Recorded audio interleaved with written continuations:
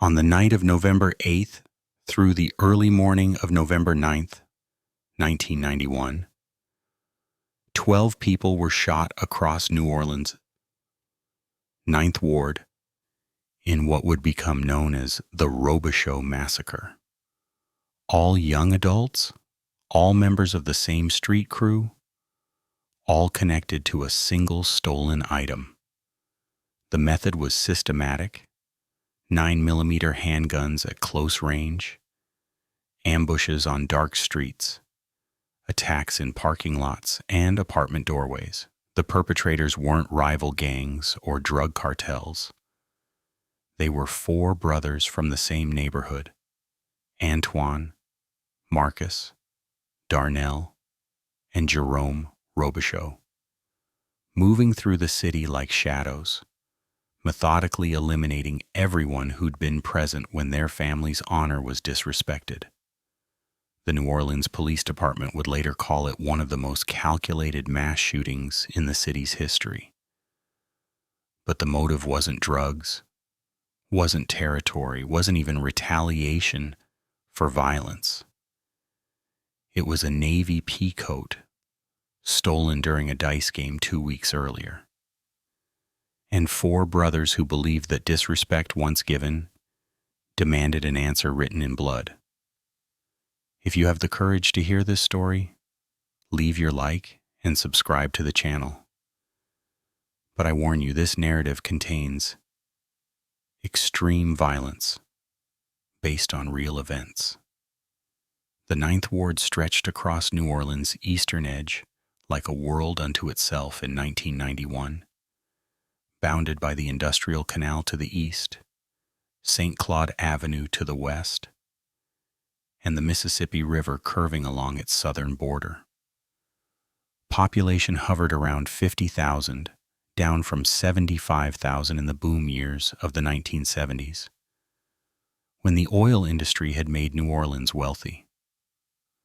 The ward covered roughly 5 square miles of low-lying land, most of it barely above sea level, where shotgun houses sat shoulder to shoulder on streets named for saints and Confederate generals.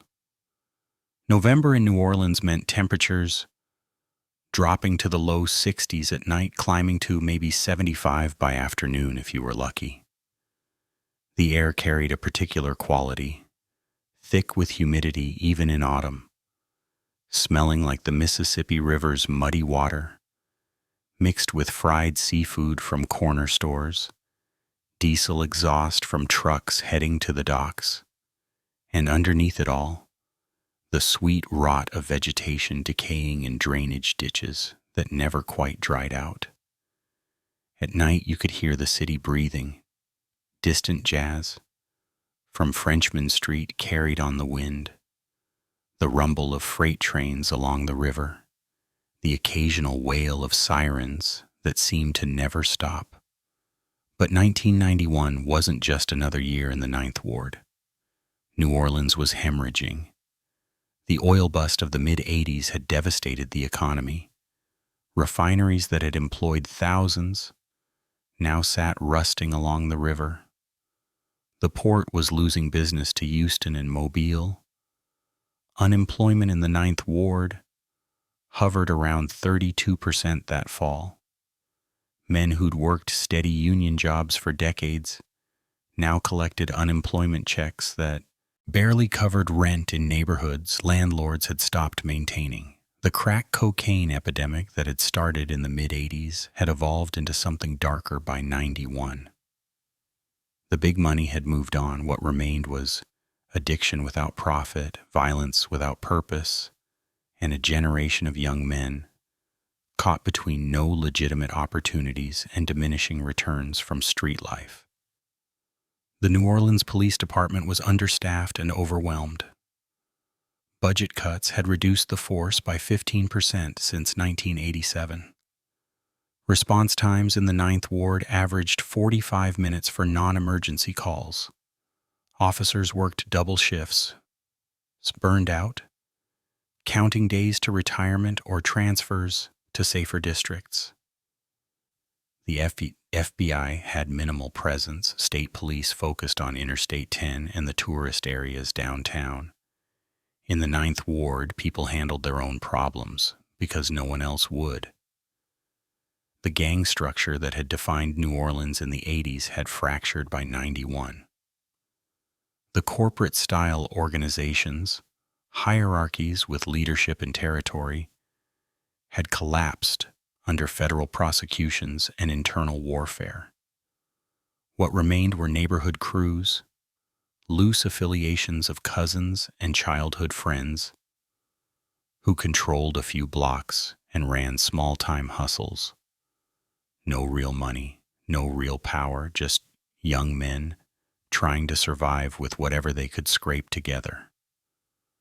Violence had become expressive rather than instrumental.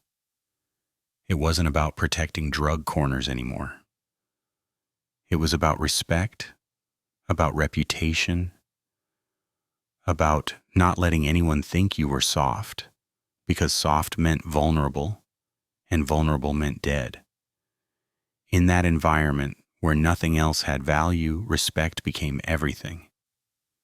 And when someone took your respect, took your family's honor, took the one thing you had left of a dead father, well, some men believed there was only one response.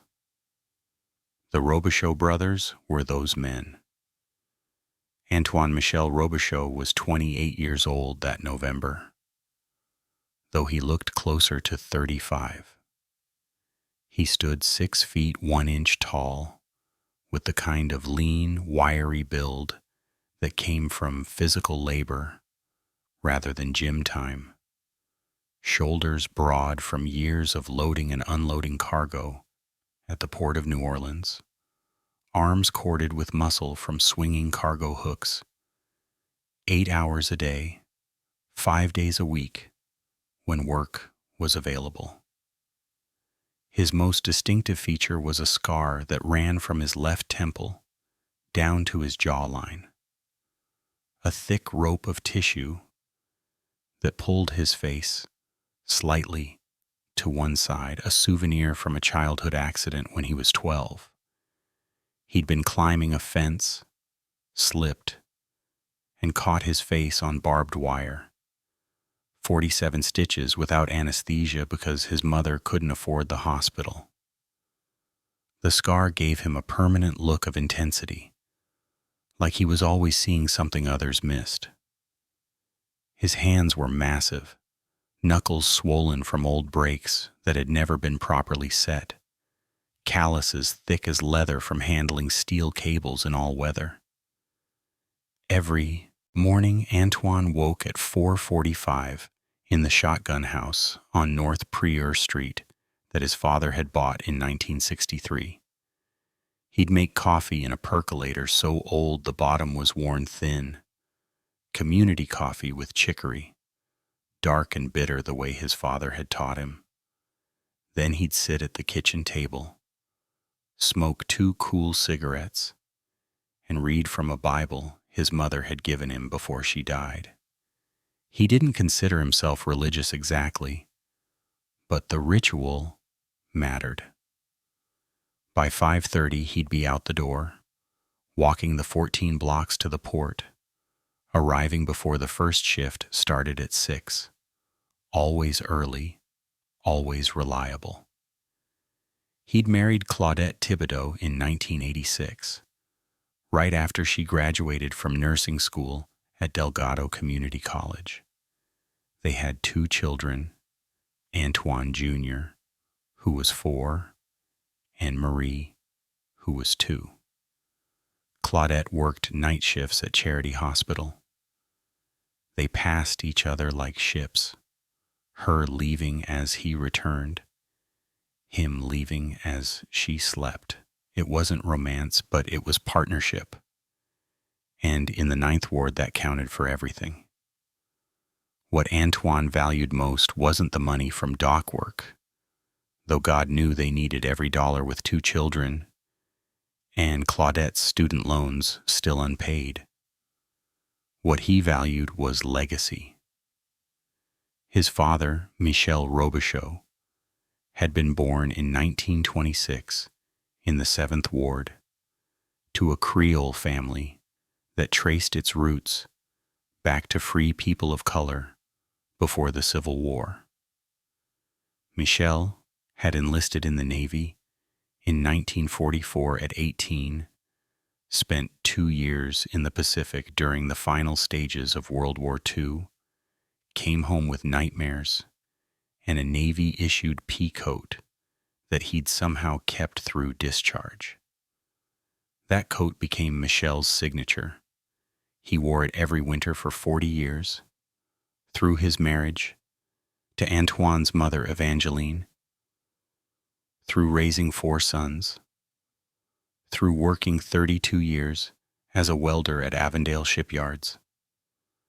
The coat was dark blue wool, heavy and warm, with brass buttons stamped with anchors. By 1991, the coat was 46 years old, the wool worn thin in places, the lining torn, but it still held together because Michel had maintained it like he maintained everything, with care and respect.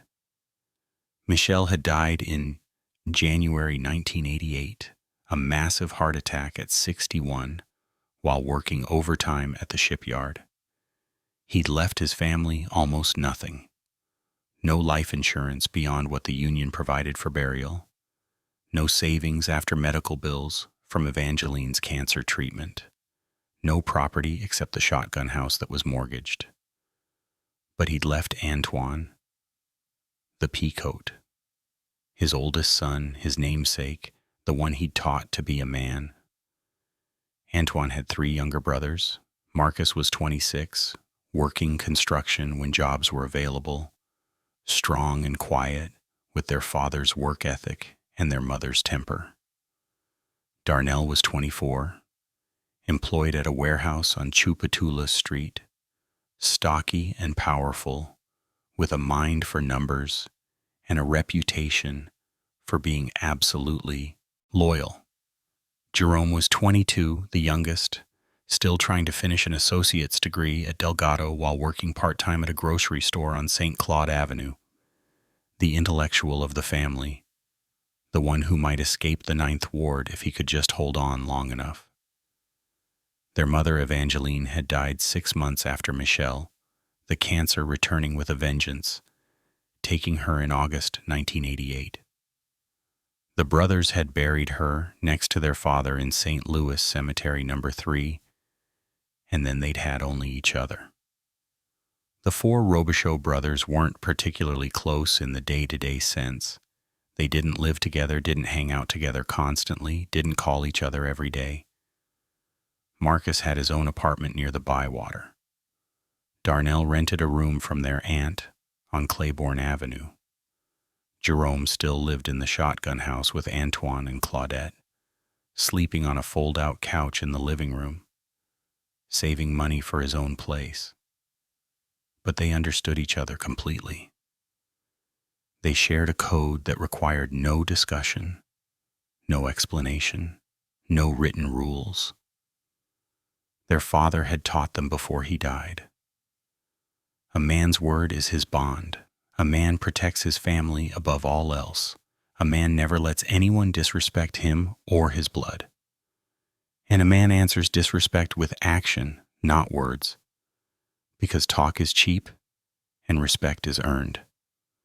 Their mother had reinforced it in her own way. She'd been a cook at Commander's Palace for 23 years, worked doubles and holidays, kept food on the table when Michel's union was on strike.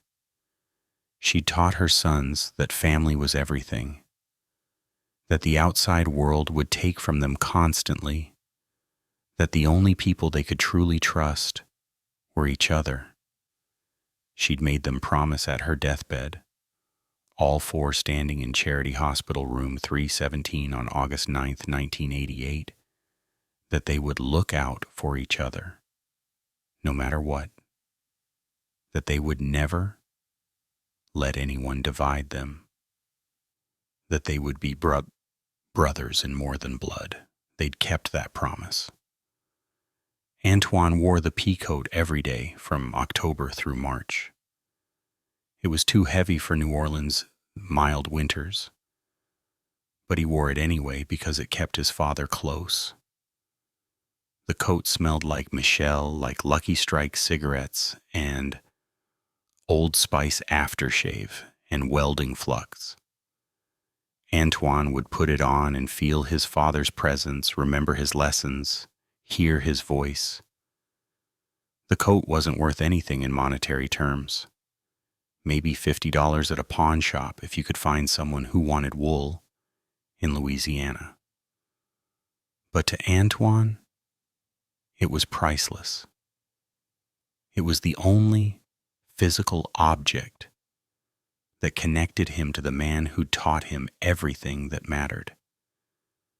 And when that coat was stolen on October 25th, 1991, during a dice game on Claiborne Avenue, Antoine felt something break inside him that couldn't be fixed. Not with money, not with apologies, not with anything except blood.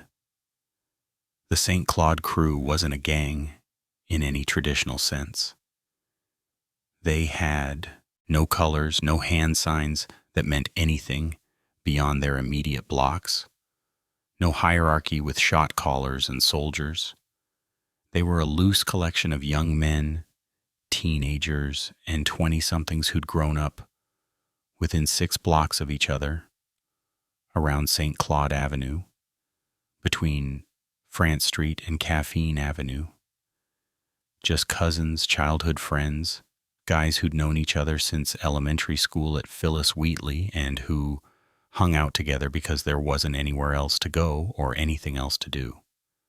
Tyrell Marcus Washington was 25 that fall, the closest thing the crew had to a leader. Not because he'd claimed the position, but because people naturally listened when he talked. He stood 5 feet 11 inches tall, built thick and solid with a barrel chest and arms that showed the results of years playing football at Frederick Douglass High School before he dropped out in 11th grade. He had a broad face, a neat goatee. He kept trimmed close, and a scar across his right knuckles from punching through a car window during an argument when he was 19. Every morning, Tyrell woke at 7 in the shotgun house on Tupelo Street where he'd grown up, where his grandmother still lived, where he paid the rent because she survived on a Social Security check of $483 a month that barely covered her medications. He'd make her breakfast, grits and eggs, toast with butter, hot tea with 3 sugars. Then he'd help her to the bathroom, help her dress, make sure she took her pills for diabetes and high blood pressure, and the heart condition that would probably kill her within 5 years. His grandmother, Loretta Washington, was 72 years old, had raised Tyrell after his mother disappeared when he was 6 and his father got shot to death outside a bar on Desire Street when he was 8. She'd worked as a housekeeper at the Royal Sonesta Hotel for 41 years, retired in 1986 with a pension that inflation had made worthless. Tyrell loved her more than anyone in the world. Everything he did, legal or otherwise, was to keep her comfortable in her final years. Tyrell had a girlfriend, Shanice Coleman, 23 years old, worked as a cashier at the Winn-Dixie on St. Claude Avenue. They'd been together since high school, had talked about marriage, about moving somewhere else, maybe Atlanta or Houston where jobs existed and the past didn't follow you. But talk was all it was. Tyrell made money the way young men in the Ninth Ward made money when legitimate work didn't exist. Small-time hustles, selling a little marijuana, running dice games, boosting car stereos, anything that brought in cash without getting too much attention from police. He wasn't violent by nature. He'd been in fights, sure, everyone had, but he'd never shot anyone, never stabbed anyone, never wanted to. He just wanted to survive, to take care of his grandmother, to maybe have a future that didn't involve dying young or going to prison. The St. Claude Crew operated the same way. His cousins Devin and Marquis Washington, his childhood friends Kendrick James and Antoine Davis, a dozen other guys who came and went, depending on who had warrants and who was locked up at any given moment. They were small-time, invisible to the real criminals who moved serious weight. Just neighborhood guys trying to get by. The St. Claude Crew and the Robichaux brothers existed in the same 5 square miles, but lived in different worlds. They'd cross paths occasionally at the same corner stores, the same bars, the same streets where everyone went, because there were only so many places to go in the 9th Ward. They knew of each other the way everyone knew everyone in neighborhoods where families had lived for generations. Antoine Robichaux worked at the port. Marcus Robichaux did construction. Tyrell Washington ran dice games.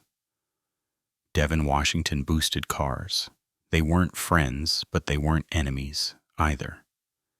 Just men trying to survive in an economy that had abandoned them both, following different strategies toward the same goal of making it to next week. There'd been tension over the years, minor incidents that flared and faded. Marcus had gotten into an argument with Kendrick James over a woman in 1989. Some girl who dated both of them. Harsh words exchanged, but no violence. Darnell had accused Devin of stealing tools from a construction site in 1990, confronted him on St. Claude Avenue. Devin denied it. They'd settled it with a fist fight that ended with no clear winner and mutual respect. Jerome had played basketball with Marquis Washington at the courts on Claiborne, competed hard but fair, shared a beer afterward.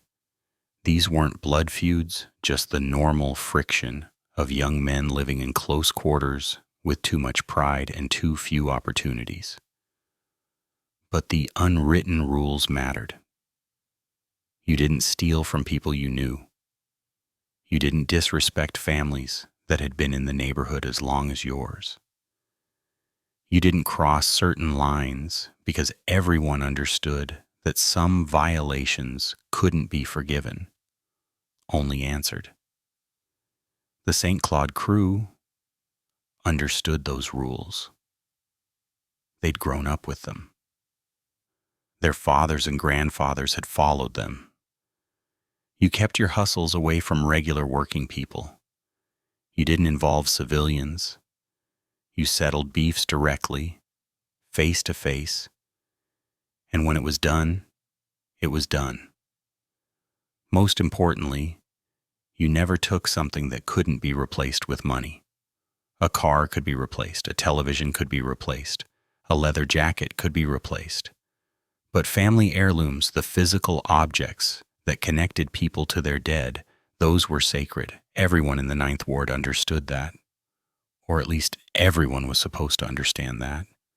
Tyrell Washington's daily routine was remarkably similar to Antoine Robichaux's in some ways. Wake early, take care of family, work whatever job was available, try to build something resembling a future from broken pieces. The difference was that Tyrell's work existed outside the law, which made him vulnerable to arrest, to violence, to the kind of sudden catastrophe that ended lives in the 9th Ward with numbing regularity. But he didn't see himself as a criminal. He saw himself as someone doing what needed to be done to survive. His grandmother needed medicine. Shanice wanted a life. He had younger cousins looking up to him, depending on him to show them how to navigate a world that offered them nothing.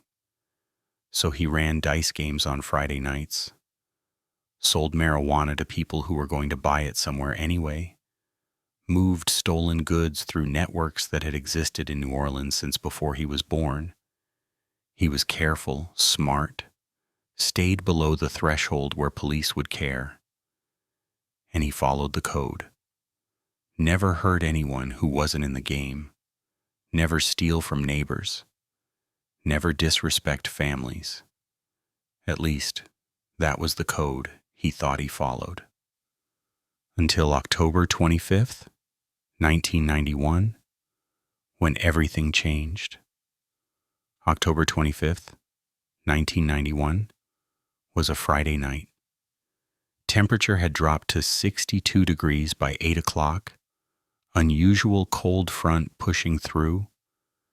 First real taste of autumn after a summer that had stretched into October.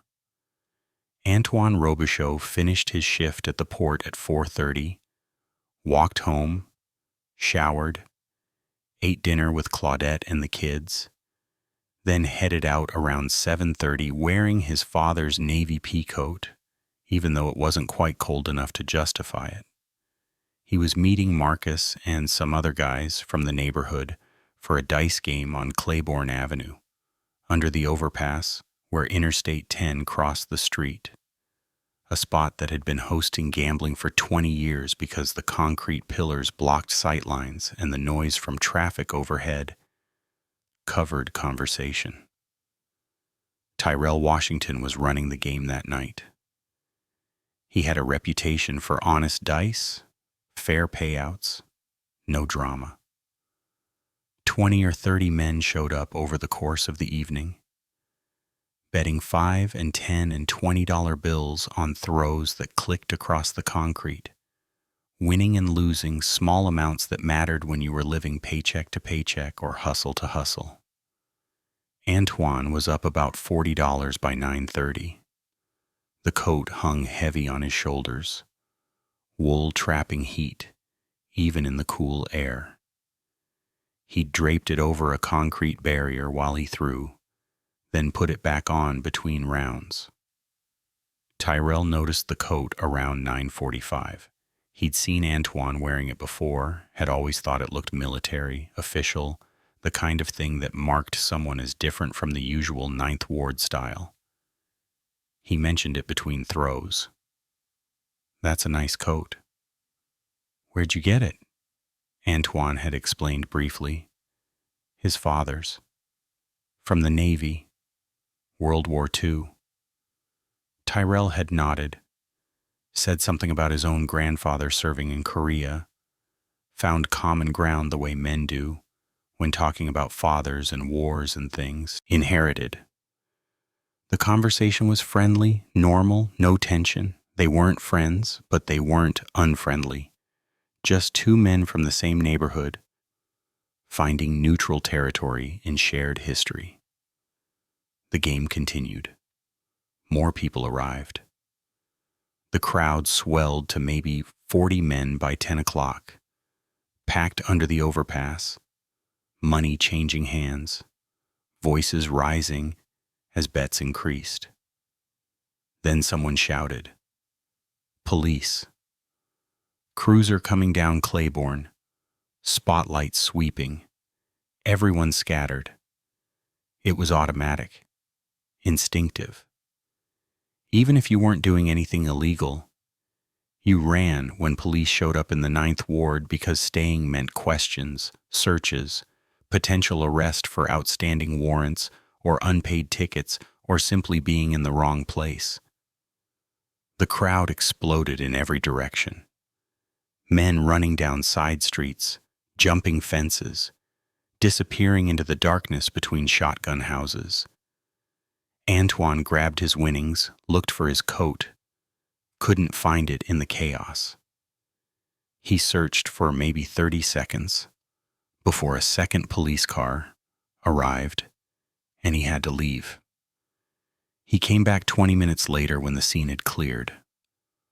The coat was gone. Antoine searched for 2 hours that night. He walked every street within 6 blocks of the overpass, checked trash cans and vacant lots and doorways where someone might have stashed it. He asked everyone he saw. You see a navy peacoat? Dark blue, brass buttons? Nobody had seen anything. By midnight, he accepted the truth. Someone had stolen it during the confusion. Someone had seen an opportunity and taken his father's coat. He went home, didn't sleep, sat at the kitchen table smoking cigarettes and drinking coffee until dawn. Claudette found him there at 6, asked what was wrong. He told her. She tried to comfort him, said it was just a coat, they could find another one. But she knew, even as she said it, that this wasn't about replacement, this was about theft. This was about violation. This was about someone taking the one thing Antoine had left of his father and treating it like it was nothing. The next morning, Saturday, October 26th, Antoine gathered his brothers. They met at the shotgun house on North Prieur Street, all 4 of them sitting around the kitchen table where they'd eaten thousands of meals as children, where their mother had taught them to pray, where their father had explained what it meant to be a man. Antoine explained what happened. The coat was gone. Someone at the dice game had taken it. They needed to find it. Marcus, Darnell, and Jerome didn't need explanation. They understood immediately. This wasn't about a coat. This was about respect. This was about family. This was about their father's memory being treated like trash. They spent the weekend investigating, asked questions, followed leads, tracked down everyone who'd been at the dice game that night. By Monday, October 28th, they had a name. Devin Washington, Tyrell's younger cousin, 19 years old, a kid with a reputation for petty theft and stupid decisions. Someone had seen him wearing a navy peacoat Sunday night, bragging about his new jacket. Someone else confirmed it was the same coat, described the brass buttons. Antoine found Devin on St. Claude Avenue, Monday afternoon, standing outside a corner store with 3 other members of the St. Claude crew. Devin was wearing the coat, Antoine's father's coat, the coat Michel Robichaux had worn for 40 years, the coat that smelled like Lucky Strikes and Old Spice, the coat that was the only physical connection Antoine had to the man who'd raised him. Devin was wearing it like it was nothing. Antoine approached calmly, Marcus and Darnell flanking him, Jerome hanging back. He addressed Devin directly, voice level, controlled. "That's my coat. My father's coat. You took it Friday night. I want it back." Devin looked at him, looked at the brothers, smiled. "This ain't your coat. This is my coat. Tyrell gave it to me." Antoine felt something cold settle in his chest. "That's a lie. That coat was stolen. Take it off. Now."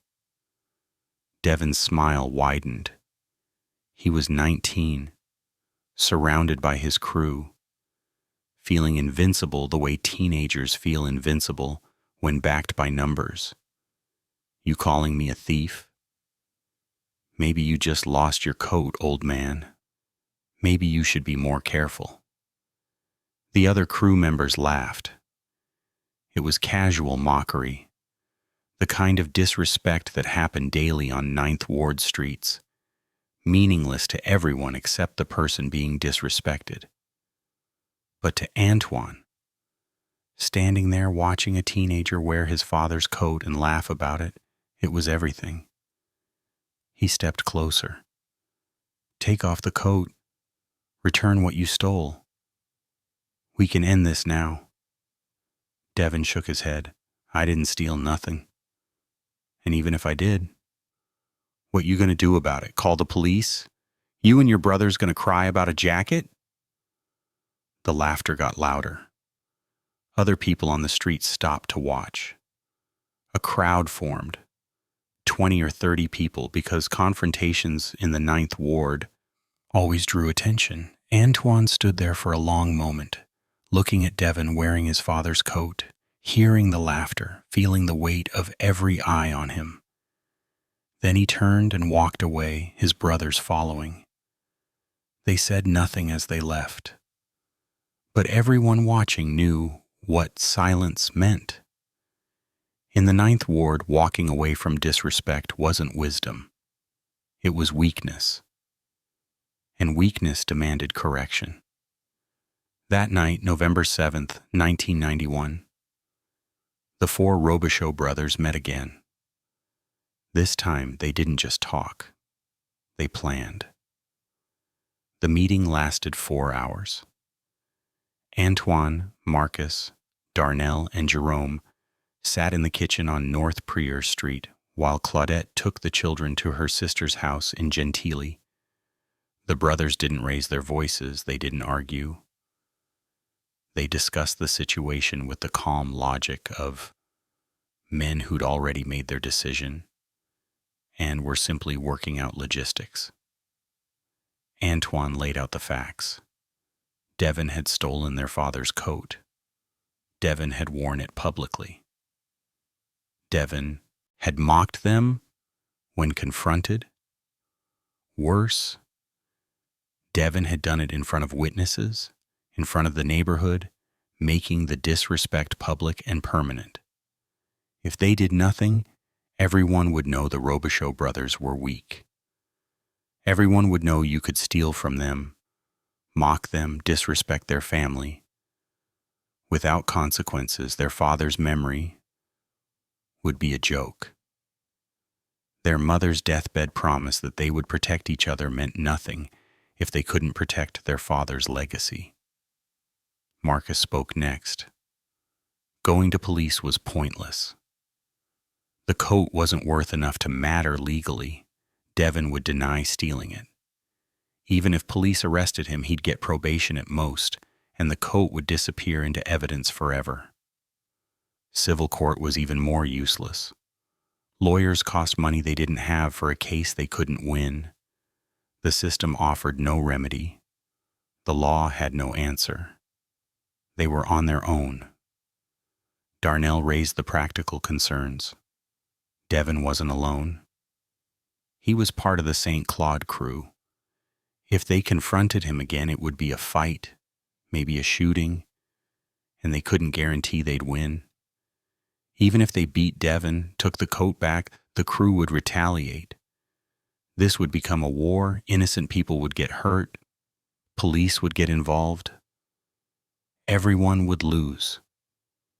Unless they approached it differently, unless they made it comprehensive, unless they sent a message so clear, so final, that no one would consider retaliation. Jerome, the youngest, the one who'd gone to college, the one who understood consequences, he's tried to argue for alternatives. Maybe they could negotiate. Maybe they could buy the coat back. Maybe they could involve elders from the neighborhood, old men who remembered when disputes were settled without killing. But even as he spoke, he knew it was hopeless.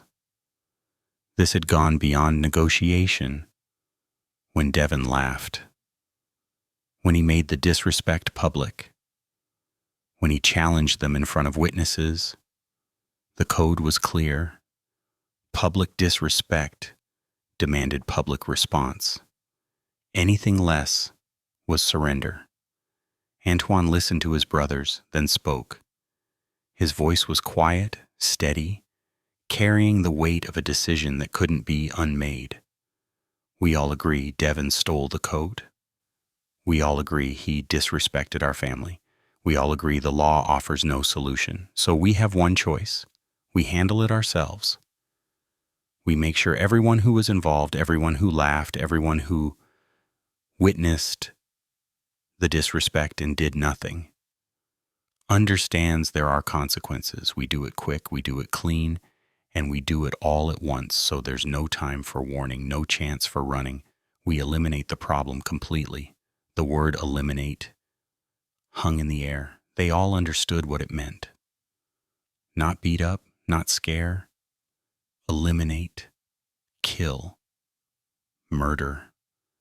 12 people who'd been present during the confrontation, who'd laughed while Devon wore the stolen coat, who'd made the Robichaux brothers look weak. It was insane. It was disproportionate. It was exactly what the code demanded.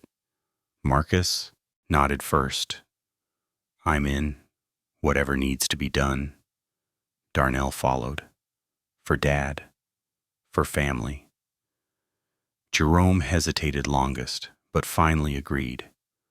We're brothers. We do this together. They spent the rest of the night planning. Antoine had a 9mm handgun he'd bought in 1989 for home protection. Marcus had a .38 revolver he'd inherited from an uncle. Darnell knew where to get more weapons, no questions asked. Cash transaction in the parking lot of a closed shopping center on Chef Mentour Highway. They made a list of targets. Devon Washington, obviously. Tyrell Washington, because he was the leader and should have controlled his cousin. Kendrick James. Marquis Washington. Antoine Davis, and 7 others who'd been there, who'd laughed, who'd witnessed the disrespect. 12 people total. They mapped locations, learned routines, studied patterns. They set a date. November 8th, 1991. Less than 2 weeks away. Enough time to prepare, not enough time to lose nerve. They made a pact. All or nothing. They'd act together, succeed together, face consequences together. Brothers in blood, brothers in action, brothers in whatever came after. When the meeting ended at 2 a.m, they shook hands. Then they went home to prepare for murder. November 7th, 1991. The 4 Robichaux brothers gathered one final time before executing their plan. Antoine's kitchen had become war room over the past 10 days. The table covered with handwritten notes that would be burned before dawn. Crude maps of the 9th Ward showing target locations. Lists of names and addresses. Memorized. Then destroyed. Claudette was staying at her sister's house in Gentilly with the children for the week. Antoine had told her he needed space to handle family business. She knew better than to ask questions, knew from his face that something terrible was coming. But she also knew that in marriages like theirs, built on survival rather than romance, some things remained unspoken. The brothers sat in the same chairs they'd occupied as children, the same positions around the table where their mother had served red beans and rice every Monday, where their father had explained that a man's honor was all he truly owned. Outside, November rain fell steady and cold, temperature dropping to 58 degrees. Rare weather for New Orleans. The kind of night where the city felt abandoned, even with 50,000 people living within shouting distance. The sound of rain on the roof covered their voices, water running through gutters, dripping from eaves, turning unpaved streets into mud. Antoine reviewed the plan methodically. They had 4 handguns, 2 9mm semi-automatics, 1 .38 revolver, 1 .22 caliber pistol that Darnell had acquired from a pawn shop in Chalmette, using a fake identification. They had ammunition, cheap hollow points bought in bulk from a gun show across Lake Pontchartrain where no one asked their questions or checked backgrounds. They had a timeline. November 8th, starting at 9:47 in the evening, the exact time Devon had been seen wearing the stolen coat on St. Claude Avenue. Poetic justice, Antoine called it. They had 12 targets divided among 4 shooters: Devon Washington for Antoine, Tyrell Washington for Marcus, Kendrick James and Marquise Washington for Darnell, Antoine Davis and the others for Jerome. Each brother responsible for 3 deaths. Equal shares in the killing, equal shares in the consequences. They'd move fast, hit targets in sequence, finish before midnight. Police response time in the 9th Ward averaged 45 minutes. That they'd be done and dispersed long before law enforcement connected the incidents. They'd dump the weapons in the Mississippi River from the Jackson Avenue ferry dock, weighted with chains, gone forever in 40 feet of muddy water. Then they'd go home, sleep if they could, and wait. Marcus asked the question that had haunted them all for 10 days. Are we sure about this? Killing 12 people over a coat? Our father would want this? Antoine didn't answer immediately. He lit a cool cigarette, inhaled deeply, exhaled smoke toward the ceiling stained yellow from decades of tobacco. Their father had been a complicated man, gentle with his sons, violent when disrespected. He'd taught them to avoid fights, but finish them when they started. He'd preached turning the other cheek at church, then explained on the ride home that Christian mercy had limits. He'd worked honest his whole life, but he'd also told stories about the old days in the 7th Ward before the war, when men settled debts with straight razors and nobody called police. Would Michel Robichaux approve of killing 12 people? Probably not. Would he approve of letting his coat, his memory, his honor be disrespected without response? Absolutely not. The contradiction was irresolvable. So Antoine answered the only way he could. Dad taught us that family honor matters more than anything, that we protect what's ours, that we never let anyone make us look weak. Devon stole from us, mocked us, made us look like punks in front of the whole neighborhood. If we do nothing, everything Dad taught us was a lie. We might as well spit on his grave. This isn't about a coat. It's about who we are, what we stand for, whether his lessons meant anything. Darnell spoke next, voice barely above a whisper. We do this. We're going to prison. Maybe death penalty. We understand that, right? We're throwing away our lives. Antoine nodded slowly. He'd thought about nothing else for 10 days. He was 28 years old. He had a wife who loved him, 2 children who needed him, a job that paid enough to survive. He had a future. Limited, but real. After tomorrow night, that future ended. He'd spend the rest of his life in Angola State Penitentiary, assuming he wasn't executed. Claudette would raise their children alone. Antoine Jr. and Marie would grow up visiting their father through glass, learning to hate him or idolize him, or most likely some confused mixture of both. Everything he'd built would collapse. But the alternative was living as a man who'd been disrespected and done nothing. Walking 9th Ward streets, knowing everyone saw him as weak. Raising his children to understand that honor was negotiable, that violations could be forgiven if they were inconvenient to address. Teaching them the opposite of everything his father had taught him. That future was worse than prison, worse than death. So yes, he understood the consequences. They all did, and they'd chosen this anyway. Jerome, the youngest, the one with the most to lose, spoke last. After tomorrow, we can never take this back. Never undo it. We'll be murderers, monsters. How do we live with that?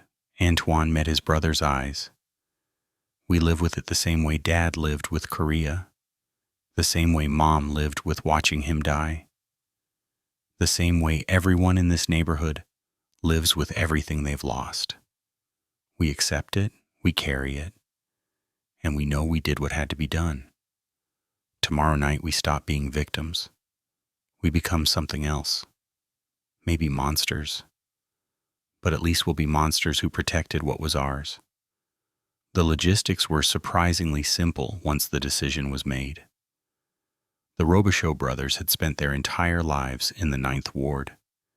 They knew every street, every alley, every shortcut between neighborhoods. They knew where targets lived, where they spent their evenings, who they associated with.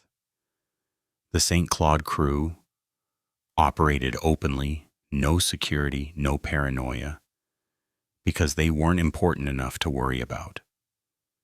They sold small amounts of marijuana, ran dice games, boosted car stereos. Nobody was hunting them. They had no reason to watch their backs. That complacency would kill them. Antoine assigned targets based on capability and proximity. Devin Washington lived on Tupelo Street in a shotgun house with his girlfriend. No security. Front door that could be kicked in with one solid hit. He was Antoine's responsibility. Personal. The theft had been Devin's doing, so Antoine would end Devin personally. Tyrell Washington spent most evenings at his grandmother's house on the same street, leaving around 11 to drive home to his apartment on Burgundy Street. Marcus would take him in the car, simple ambush in a dark parking spot. Kendrick James worked security at a warehouse on Poland Avenue, night shift, from 10 until 6 in the morning. Darnell would handle him during a smoke break in the parking lot. The pattern repeated across 12 targets, each one vulnerable, each one accessible, none of them expecting violence from people they barely knew. They acquired equipment methodically over 10 days. Darnell bought the additional handguns using fake identification, driving to gun shops in Jefferson Parish and St. Bernard Parish where clerks didn't recognize Ninth Ward faces. Cash transactions, no records beyond forms, filled out with false names and addresses. Louisiana gun laws in 1991 were essentially non-existent. Background checks were optional. Waiting periods didn't exist. If you had money and looked old enough, you could walk out with weapons same day. They bought ammunition in bulk, Federal and Winchester hollow points designed to expand on impact, maximize damage, ensure one shot would be enough. They practiced at an abandoned sugar mill across the river in Algiers, firing into dirt berms, while neighbors ignored gunshots that could have been anything in a neighborhood where anything happened.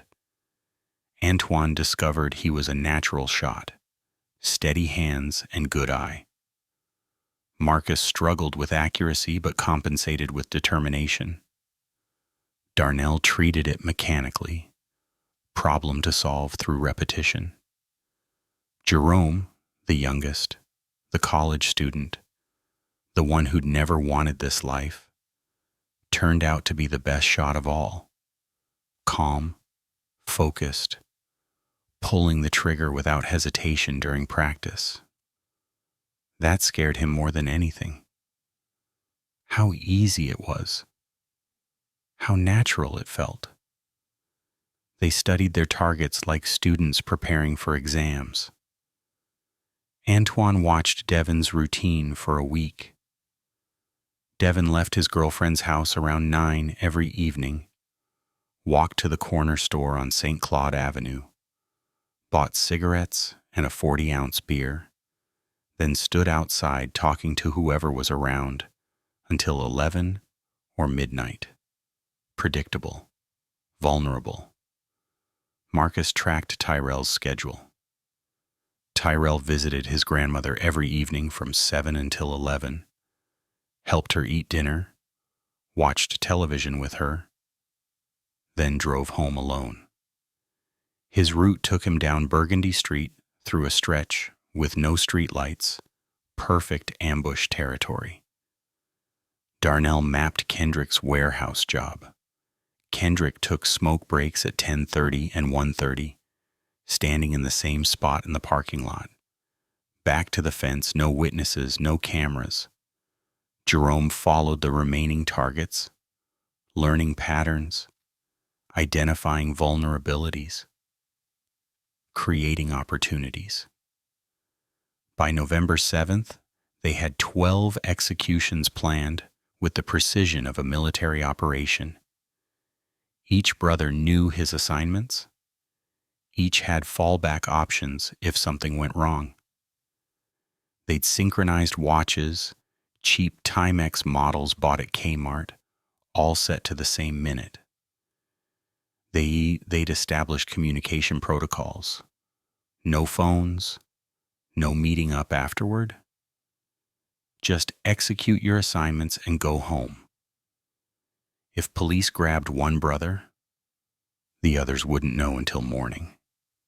Clean separation. No chance of everyone getting caught together. The night before, November 7th, they met one last time to finalize details. Each brother reported on his preparations.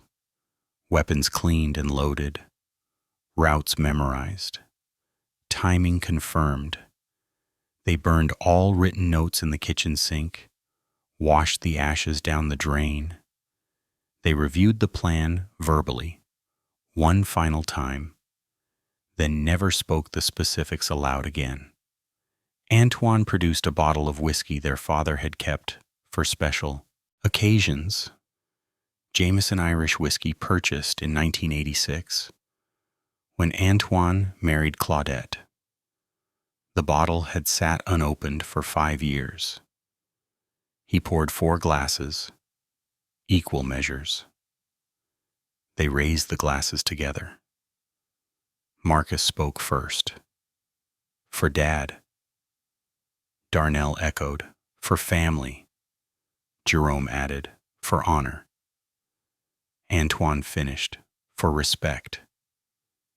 They drank. The whiskey burned, harsh and medicinal. Nothing like the smooth taste their father had promised it would have.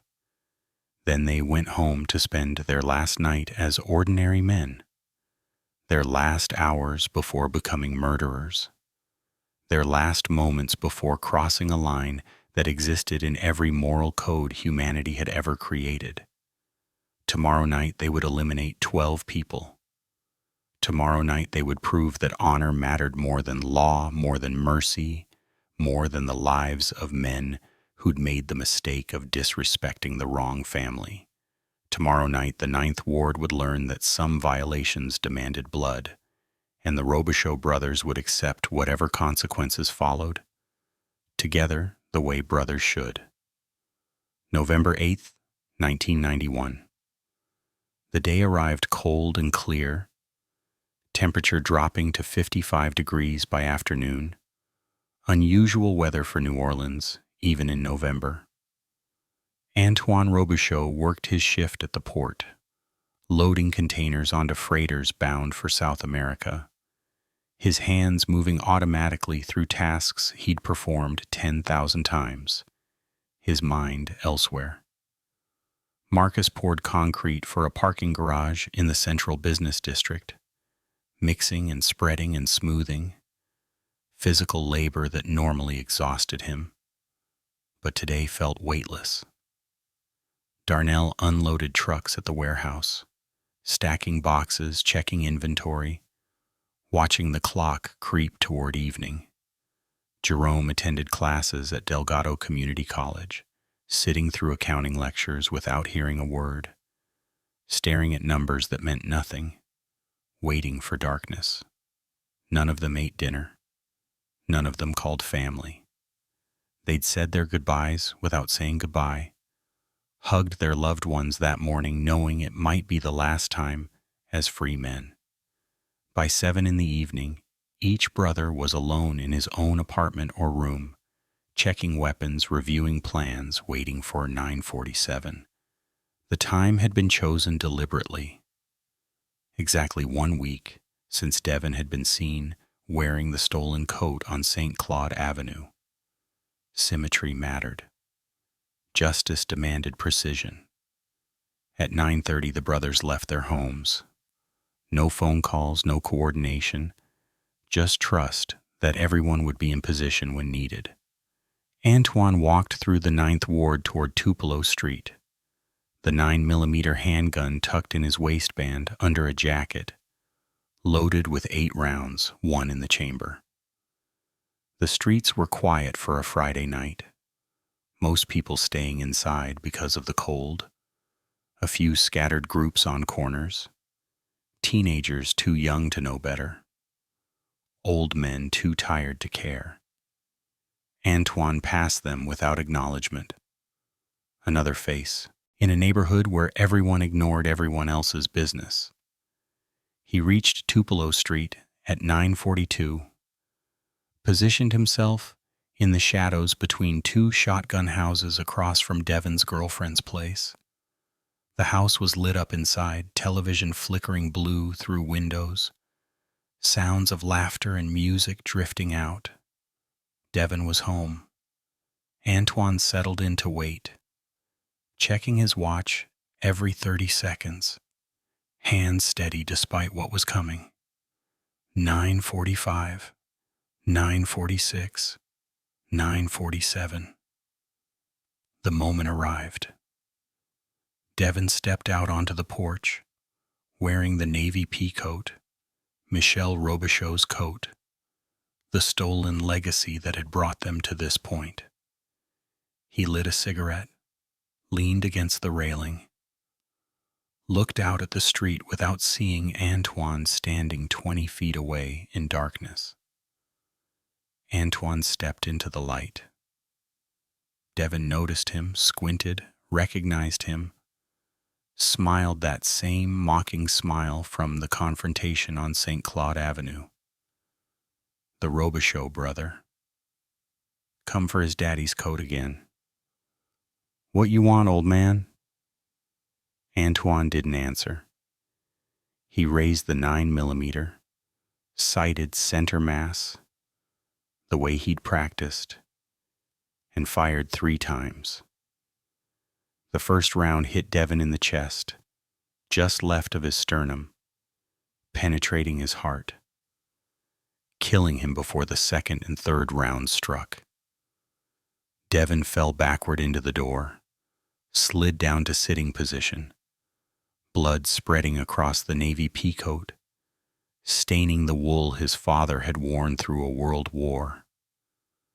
Antoine walked forward, looked down at the dying teenager, felt nothing except a sense of completion. He reached down, unbuttoned the coat, pulled it free from Devin's body. The wool was wet with blood, ruined, unsalvageable. But it was back in family possession. That mattered. Antoine folded the coat carefully, tucked it under his arm, and walked away. Behind him, Devin Washington bled out on his girlfriend's porch while she screamed inside, while neighbors called police who wouldn't arrive for another 38 minutes. While the first victim of the Robichaux Massacre became just another 9th Ward murder statistic. Time of death, 9:48.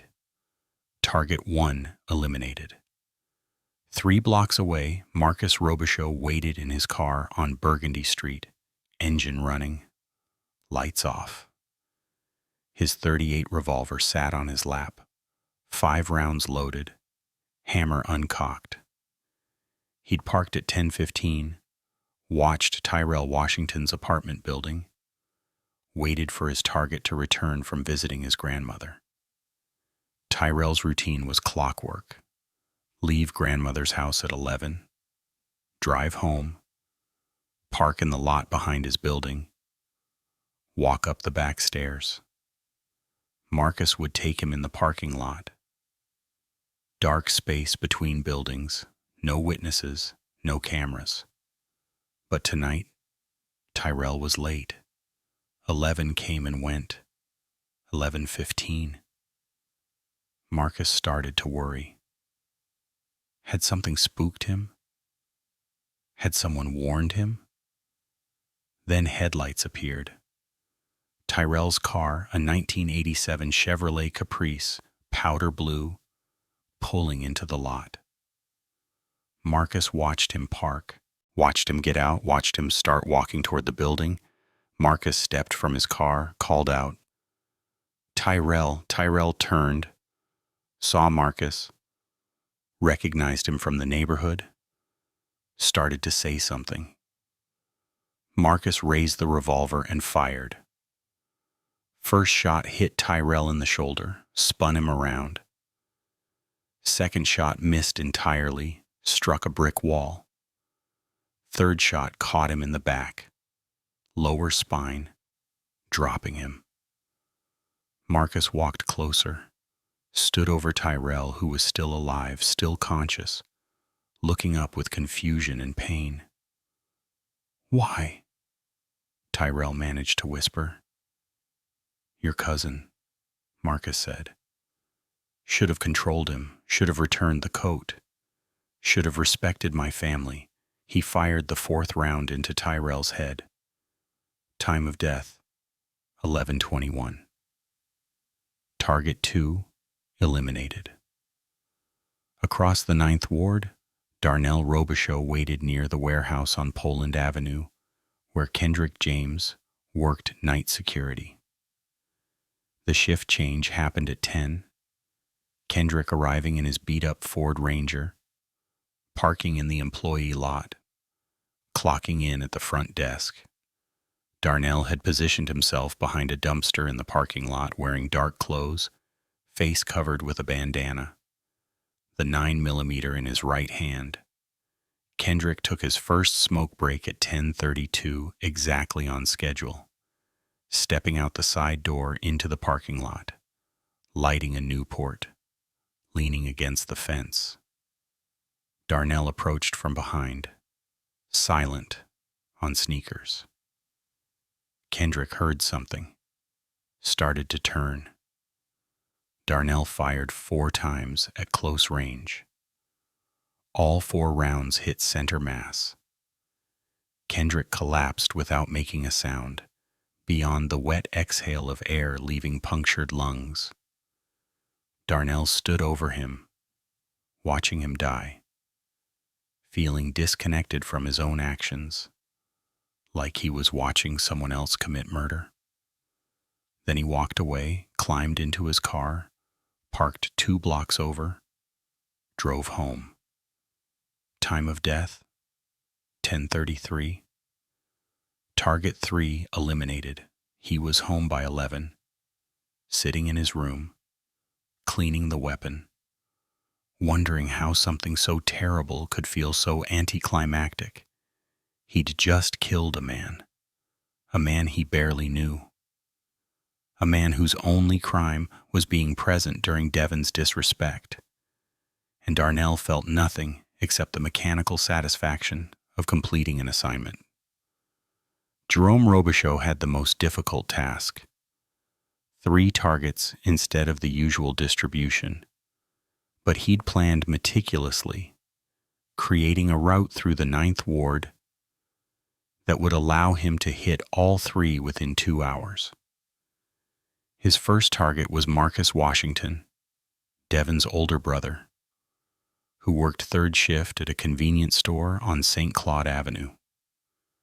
Jerome entered the store at 1:14 in the morning, the only customer, wearing a hoodie pulled low. Marky stood behind bulletproof glass, reading a magazine, barely glancing up. Jerome pretended to browse, waited until another customer left, then pulled the .22 caliber pistol and fired through the gap in the glass where customers passed money. 5 shots, 3 hit Marquis in the face and neck. He fell behind the counter. Jerome walked out, no hurry, no panic. Surveillance cameras caught everything in grainy black and white footage that would play on news stations for weeks. Time of death, 1:17. Target 4, eliminated. His second target was Antoine Davis, who lived alone in an apartment on Abundant Street. Jerome picked the cheap lock on the apartment door at 2:38, entered quietly, found Antoine asleep in bed. Jerome stood there for a full minute, watching a man sleep, wondering what gave him the right to end this life. Then he remembered the laughter on St. Claude Avenue, remembered Devon wearing the stolen coat, remembered his family's honor. He fired twice into the sleeping man's head. Antoine Davis never woke up. Time of death, 2:41. Target 5 eliminated. The pattern repeated across the 9th Ward through the early morning hours of November 9th. Jerome's third target, Marcus's second and third targets after Tyrell, Darnell's remaining assignments. Each brother moving through the darkness like death incarnate, finding victims alone and vulnerable, executing them with varying degrees of efficiency. Some died instantly, others lingered, confused, asking why even as bullets tore through flesh. By 4:15 in the morning, 11 people were dead. The 12th victim was different. Her name was Keisha Thompson, 21 years old, girlfriend of one of the crew members, wrong place at absolutely the wrong time. She'd been visiting her boyfriend when Jerome arrived. She'd answered the door. She'd seen his face. Jerome had hesitated. She wasn't on the list. She wasn't part of the disrespect. But she'd seen him, could identify him, would testify. He made a decision in half a second that he'd regret for the rest of his life. Fired once, hit her in the throat. She collapsed, drowning in her own blood, reaching toward him, eyes pleading. Jerome stood frozen, watching her die, finally understanding the weight of what they'd done. This wasn't justice, this was murder. This was exactly the kind of violence their father had warned them about, the kind that started with righteous anger and ended with innocent blood. But it was too late.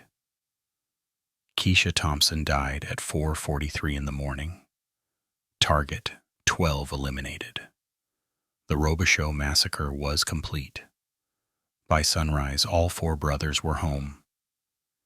They'd disposed of weapons in the Mississippi River as planned, dropped from the Jackson Avenue ferry dock into 40 feet of water, weighted with chains, unrecoverable.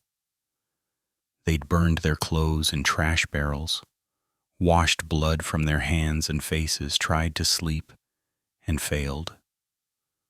Antoine sat in his kitchen, the ruined navy peacoat on the table in front of him, blood-soaked and worthless. He'd recovered his father's legacy and destroyed it in the same moment. The coat would have to be thrown away now, burned, buried. The thing he'd killed 12 people to recover couldn't even be kept. The irony was crushing. Across the 9th Ward, families were waking to discover their loved ones dead. Tyrell's grandmother would find out her grandson was gone, would follow him to the grave within 6 months, her heart literally breaking from grief. Devon's girlfriend would spend years in therapy, never fully recovering from watching him die. Keisha Thompson's mother would become an activist, speaking at schools about violence, about revenge, about the price young women paid for men's codes of honor. And in a few hours, police would connect the dots. Realize this wasn't gang warfare or random violence, but something calculated and comprehensive. The hunt for the Robichaux brothers would begin. November 9th, 1991. Dawn broke over New Orleans at 6:43 in the morning. Pale winter light spreading across the Ninth Ward, revealing carnage that would reshape the neighborhood forever.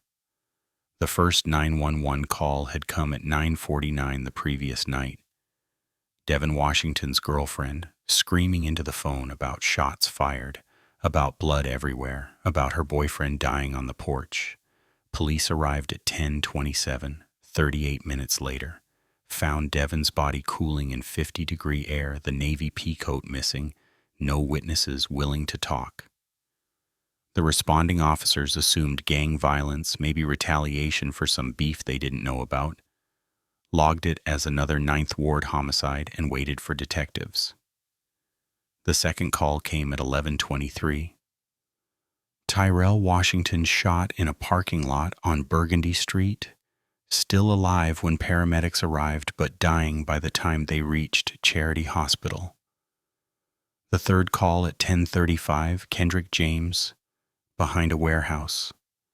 Then the calls started multiplying. 1:17, convenience store shooting. 2:43, man shot in his bed. 3:15, another body. 3:52, two more. By 4 in the morning, the New Orleans Police Department recognized they had something unprecedented. Not a gang war with running gun battles and random spray. This was systematic elimination, multiple shooters, coordinated timing, specific targets, all connected to the St. Claude Crew. Captain Raymond Du Bois of the NOPD Homicide Division arrived at the 6th crime scene at 5:30 in the morning, stood in an apartment doorway looking at Antoine Davis's body, and knew immediately this wasn't ordinary street violence. The execution was too clean. Single shooter, 2 shots to the head. Victim never woke up. No struggle, no defensive wounds, nothing taken. Not robbery, not random. Murder with purpose. He drove to the next scene, then the next, watching the pattern emerge. 12 victims, all young black men in their late teens and 20s, all connected to the same street crew, all killed within 7 hours, across a 5-square-mile area. The coordination suggested military precision. The target selection suggested intimate knowledge of victims' routines. The lack of witnesses suggested the killers were trusted enough to get close without triggering alarm. This was personal. This was revenge. But for what? Du Bois returned to the first scene, Devon Washington's porch, where blood had soaked into wood that would have to be replaced. He interviewed the girlfriend again, a 20-year-old named Tamika, who'd watched her boyfriend die and couldn't stop shaking. She remembered Devon wearing a navy peacoat that night, remembered him bragging about it earlier in the week, remembered him saying something about taking it from some old dude at a dice game. The coat was gone now, taken by the shooter. Du Bois felt pieces clicking together. Not a gang war, a coat. Someone had killed 12 people over a stolen coat. The media descended by 8 in the morning. News vans from WWL, WDSU, and WVUE lined St. Claude Avenue. Reporters doing live shots with crime scene tape in the background. Helicopters circling overhead despite FAA restrictions. The story was too big to ignore. 12 murders in one night. Worst mass killing in New Orleans history. Gang violence reaching new extremes. Mayor Sidney Barthélemy held a press conference at 9, promising swift justice, calling for federal assistance. Louisiana State Police mobilized units. FBI field office in New Orleans assigned 6 agents to assist NOPD. But the investigation was already hampered by the Ninth Ward's relationship with law enforcement. Nobody talked to police, not out of loyalty to the killers, but out of generations of distrust. Witnesses who might have seen shooters on the street claimed they'd been inside. People who lived next door to victims claimed they'd heard nothing. The code of silence that protected drug dealers and gang members now protected whoever had committed this massacre. Du Bois understood. He'd grown up in the 7th Ward, knew how these neighborhoods worked. You didn't cooperate with police even when cooperation served your interests. You handled your own problems or you lived with them. The Robichaux brothers were counting on that silence. And for 3 days, it worked. The city transformed overnight. Parents kept children home from school. Businesses closed early. The 9th Ward, already economically devastated, became a ghost town. People were terrified not just of getting caught in crossfire, but of the randomness. If someone could kill 12 people over a coat, what would they do over a real insult? Every minor dispute suddenly carried potential for massacre. Every argument over parking spaces or loud music or disrespected girlfriends became potentially lethal. The social fabric holding the neighborhood together, already frayed by poverty and crack and violence, started tearing completely. Churches held prayer vigils, community leaders called for calm. But calm required trust, and trust required believing the system would deliver justice. The 9th Ward had no reason to believe that. By November 12th, 3 days after the massacre, NOPD had logged over 400 tips, investigated 50 potential suspects, and made 0 arrests. The Robichaux brothers went to work, came home, lived their lives. Antoine even attended Devin Washington's funeral on November 11th, stood in the back of Greater St. Stephen Baptist Church, watched Tamika sob over a closed casket, felt nothing except grim satisfaction. Justice had been served. His father's honor had been defended. The coat was gone, burned in a trash barrel, but the principle remained. Nobody disrespected the Robichaux family without consequences. He believed he'd gotten away with it. He was wrong. November 12th, 1991, 9:15 in the morning. Detective Sarah Chen of NOPD received an anonymous phone call on the homicide tip line. Female voice, older woman speaking carefully chosen words. You looking for who killed those boys? Check the Robichaux brothers, North Prior Street. Antoine, Marcus, Darnell, Jerome. They've been talking about a stolen coat, about respect, about making people pay. The caller hung up. Chen traced the number to a payphone on Claiborne Avenue. No way to identify the caller, but the information was specific enough to investigate. She pulled records on the Robichaux brothers. All four had minor criminal histories, nothing violent. Antoine had an arrest for public intoxication in 1986. Marcus had been cited for fighting outside a bar in 1988. Clean enough that they'd never been on the radar for something like this. But the coat connection was intriguing. She cross-referenced with witness statements, found Tamika's mention of Devin bragging about taking a coat from an older man at a dice game. She interviewed participants in that dice game held on October 25th. Found someone who remembered Antoine Robichaux looking for his father's navy peacoat. Found another witness who'd seen Devin wearing that coat the next week. The motive crystallized. Revenge for theft. Disproportionate, insane, but logical within the code of honor that governed Ninth Ward streets. Captain Du Bois assembled a tactical team.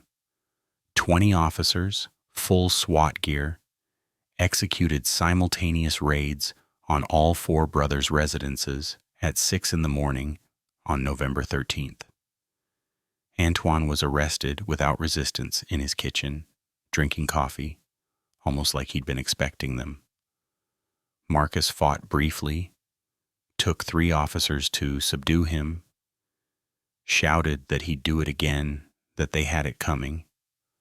Darnell surrendered immediately, hands up, asking for a lawyer. Jerome was found in his room at Delgado Community College, crying, telling officers he was sorry, that he never meant to kill the girl, that Keisha Thompson haunted his dreams. The arrests made headlines across Louisiana. 4 brothers charged with 12 counts of first-degree murder. District Attorney Harry Connick Sr. announced he'd seek the death penalty. The trial began April 6, 1992, in Orleans Parish Criminal Court, Judge Shirley Wimberly presiding. The prosecution's case was circumstantial but overwhelming. Ballistics matched bullets recovered from victims to weapons, pulled from the Mississippi River, after a diver searching for a drowned body, accidentally snagged a chain attached to 4 handguns. Witnesses placed the brothers near crime scenes. Phone records showed the brothers called each other repeatedly in the week before the massacre. Most damning, Jerome's confession, given without lawyer present, describing the entire plan in detail. The defense argued justification, not legal justification. No Louisiana statute excused killing 12 people over a stolen coat, but moral justification. The brothers' attorney, a public defender named Michael Dupree, who'd grown up in the Ninth Ward and understood the code, argued that the Robichaux brothers had been raised in a culture where honor demanded violent response to disrespect. Their father had taught them these values. The neighborhood reinforced them. Every institution that should have protected them, police, courts, social services, had failed. They'd acted according to the only code they knew. It was a desperate argument unlikely to result in acquittal, but it might spare them from execution. The jury deliberated for 7 hours. Guilty on all counts, all 4 brothers. 48 total murder convictions. The sentencing phase lasted 3 days. Families of victims testified. Mothers and grandmothers and girlfriends describing the holes left in their lives. Keisha Thompson's mother addressed Jerome directly, asked him how he could kill a young woman who'd done nothing except answer a door. Jerome had no answer. He sat silent, tears streaming down his face, while she described finding her daughter's body. On May 15, 1992, Judge Wimberly handed down sentences Life without possibility of parole for all four brothers. No death penalty, partly because of their clean records before the massacre, partly because Wimberly recognized the cultural context even if she couldn't excuse the crime. The Robichaux brothers were transported to Louisiana State Penitentiary at Angola, where they would spend the rest of their lives. Claudette Robichaux filed for divorce in June 1992. She couldn't afford the house on North Prieur Street on a nurse's salary. She moved with Antoine Jr. and Marie to a subsidized apartment in New Orleans East, changed their last names to her maiden name, Thibodeau, tried to give them distance from their father's crime. Antoine Jr. would struggle with identity issues throughout adolescence, acting out, getting arrested for petty crimes, eventually joining the Army at 18 and finding structure that saved his life. Marie would excel academically, win a scholarship to LSU, become a social worker helping families affected by violence, spending her career trying to break cycles her father had perpetuated. Marcus's girlfriend left him immediately, moved to Houston, never contacted him again. Darnell had no one. His life had been his brothers and his work. Prison was simply a different location for the same isolation. Jerome's girlfriend, a nursing student named Lisa, visited him for 2 years, then stopped. She couldn't reconcile the gentle man she'd loved with the killer who'd murdered Keisha Thompson. By 1995, all four brothers had been abandoned by everyone except each other. They remained close in Angola, saw each other during recreation, wrote letters, maintained the bond that had led them to murder. Brothers in blood, brothers in crime, brothers in consequence. The St. Claude Crew families buried their dead over 2 weeks in November 1991. 12 funerals at churches across the Ninth Ward, Greater St. Stephen Baptist, St. David Catholic, New Hope Baptist. Services packed with hundreds of mourners, mothers wailing, children confused, communities trying to process incomprehensible loss. Tyrell Washington's grandmother, Loretta, attended his funeral in a wheelchair, too weak from grief to walk. She died January 3rd, 1992, officially from congestive heart failure. But everyone knew her heart had broken watching her grandson's casket lowered into ground at Providence Memorial Park. She'd raised Tyrell after his parents died. She'd worked 41 years to give him a future. And he'd been killed over a coat he never stole, shot by a man he barely knew, his only crime being related to a stupid 19-year-old who'd made a stupid decision. Devin Washington's mother, Patricia, testified at the trial with such raw pain that jurors wept openly. She described her son's flaws honestly, admitted he'd been a thief, admitted he'd been disrespectful, but asked what crime deserved execution without trial. She'd lost her only child. She would never have grandchildren. Her family line ended on a porch on Tupelo Street because her son wore a coat that didn't belong to him. Keisha Thompson's death devastated a family that had done everything right. Her mother, Dorothy Thompson, had worked 2 jobs to send Keisha to Catholic school.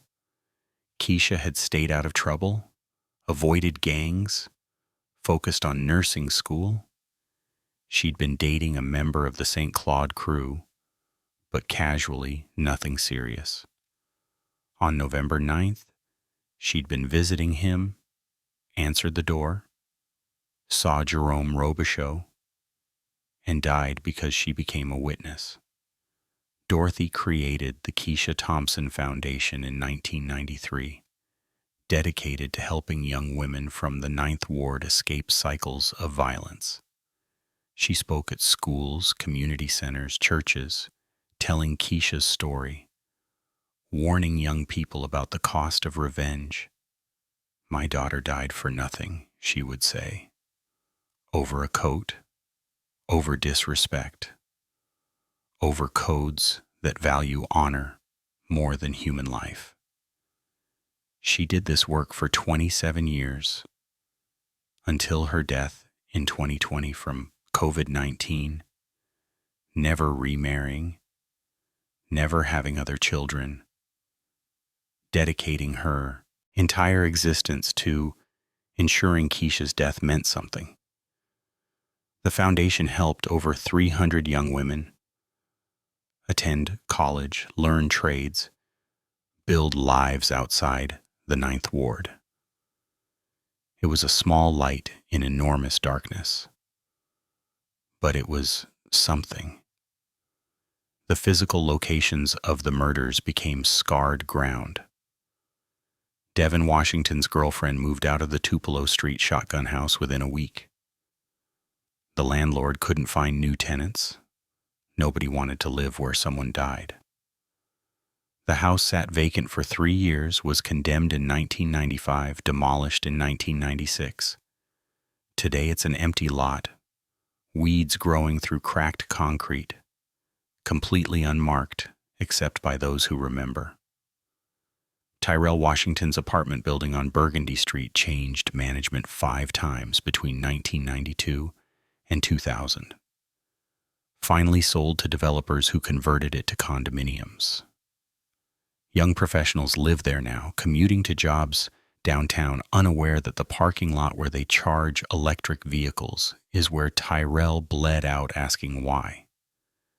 The convenience store where Marcus Washington was shot closed permanently in 1993. It's a cell phone store now, bright lights and promotional posters covering walls that once displayed grainy security footage of murder. The Ninth Ward changed after November 1991. For a few years, people were kinder to each other. Disputes over parking spaces were settled with apologies instead of arguments. Nobody wanted to be the person who triggered another massacre. Churches filled on Sundays as people sought meaning in tragedy. Community organizations formed to provide alternatives to violence. But the change wasn't permanent. Within a decade, new people moved in who didn't know the story. The old codes resurfaced. Economic pressures that had created the conditions for the massacre never left. They just evolved, adapted, found new forms. The overpass on Claiborne Avenue where the dice game had been held, where Antoine's coat was stolen, where the chain of events began, became an unofficial memorial. People spray-painted names of victims on concrete pillars. Someone installed a wooden cross with 12 names carved into it. For years, families left flowers, candles, photographs. But maintenance crews painted over the graffiti. The cross was removed as unauthorized installation on public property. By 2000, no physical evidence remained that this location had been ground zero for one of New Orleans' worst mass killings. Hurricane Katrina in 2005 flooded the Ninth Ward with 8 to 12 feet of water, dispersing families across the country, erasing what remained of the old neighborhood. When people returned to rebuild, they found a community that had forgotten its own history. The Robichaux Massacre became a story old-timers told, a cautionary tale that younger generations didn't quite believe.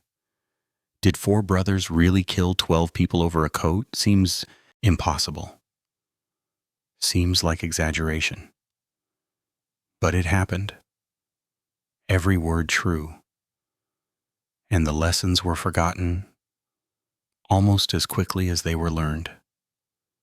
Human nature being what it is, the cycle continued. Different names, different circumstances, but the same fundamental story.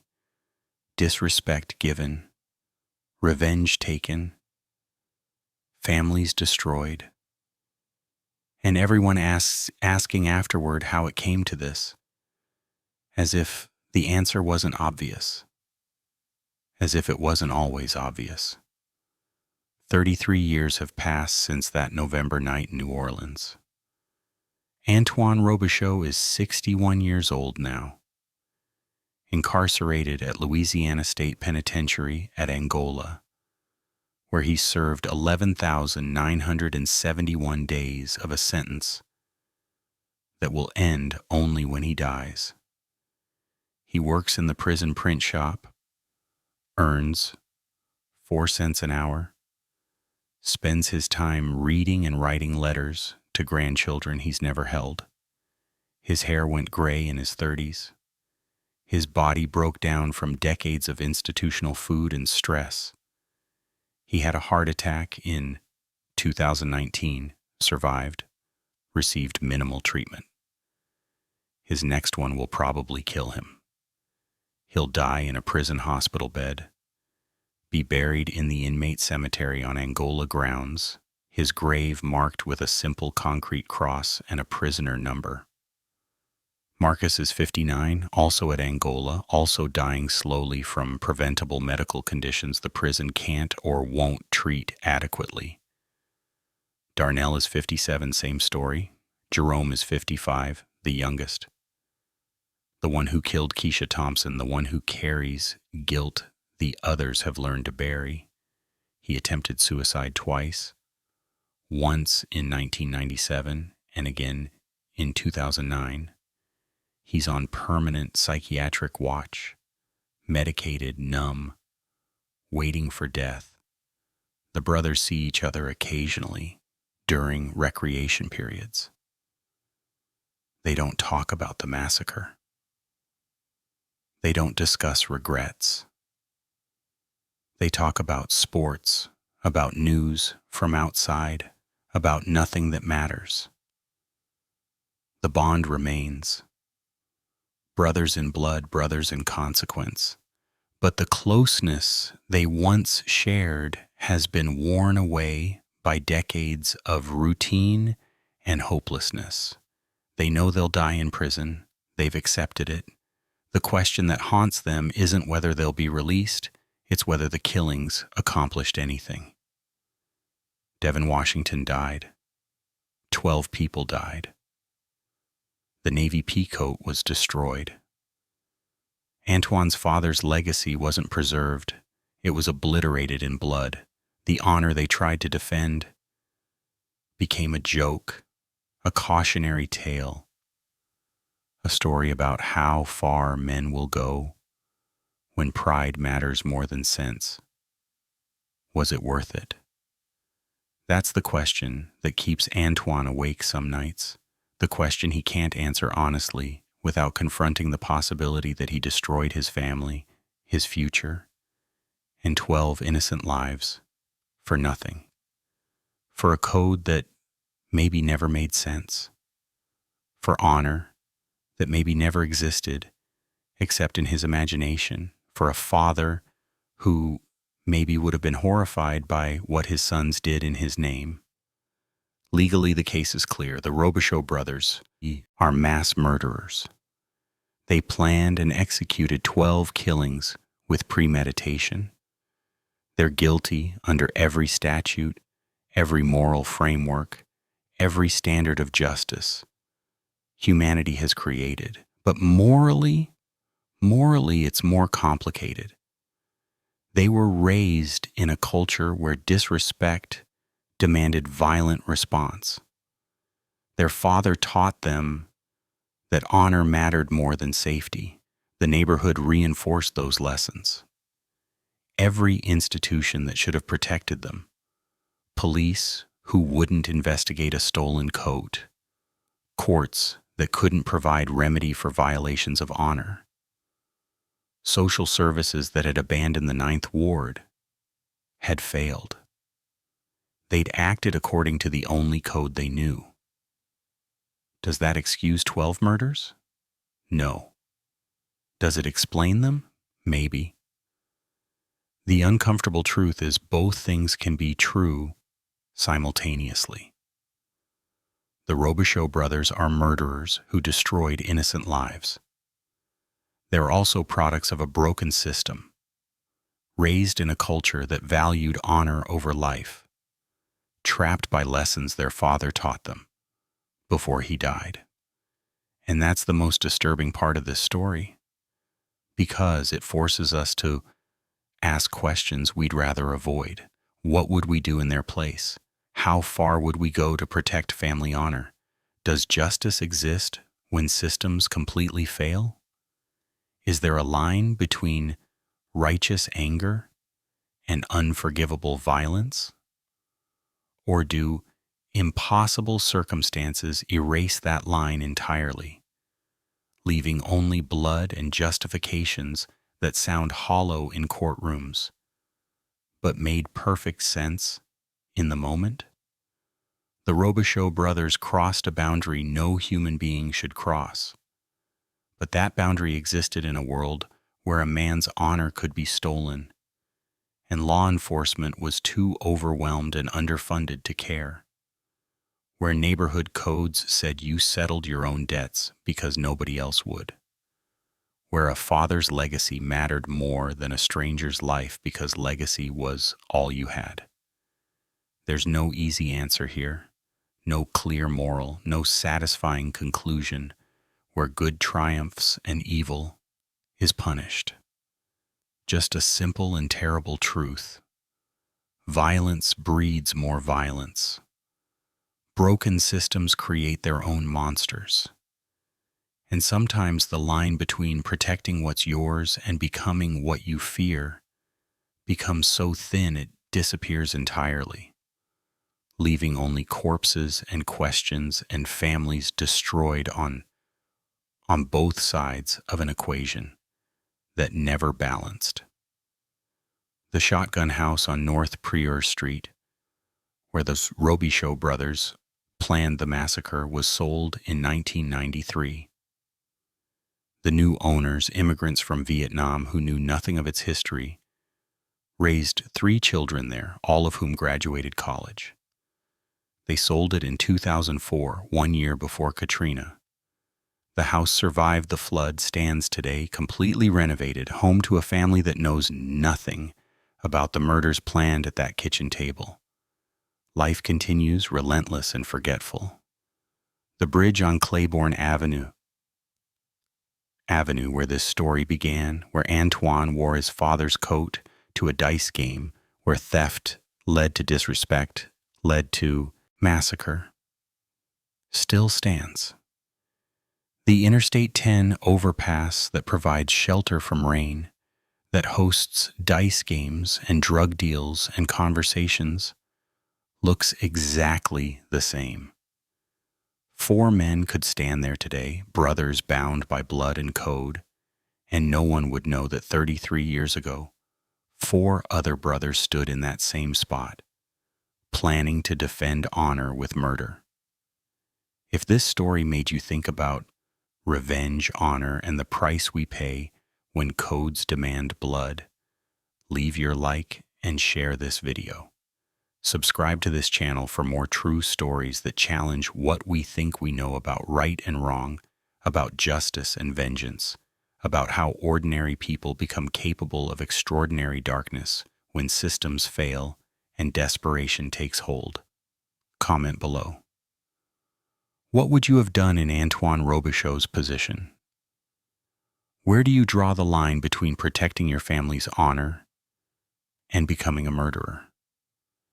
Because these stories aren't just history, they're happening right now somewhere in forgotten neighborhoods where codes replace institutions, where young men are taught that disrespect demands answers written in blood, where poverty and hopelessness create conditions where honor seems worth more than life.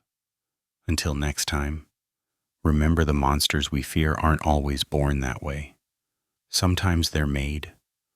One stolen coat, one mocked confrontation, one desperate decision at a time. And the line between justice and vengeance is drawn not in law books, but in the human heart, where it's always been thinnest, always been easiest to cross, always been hardest to find our way back from.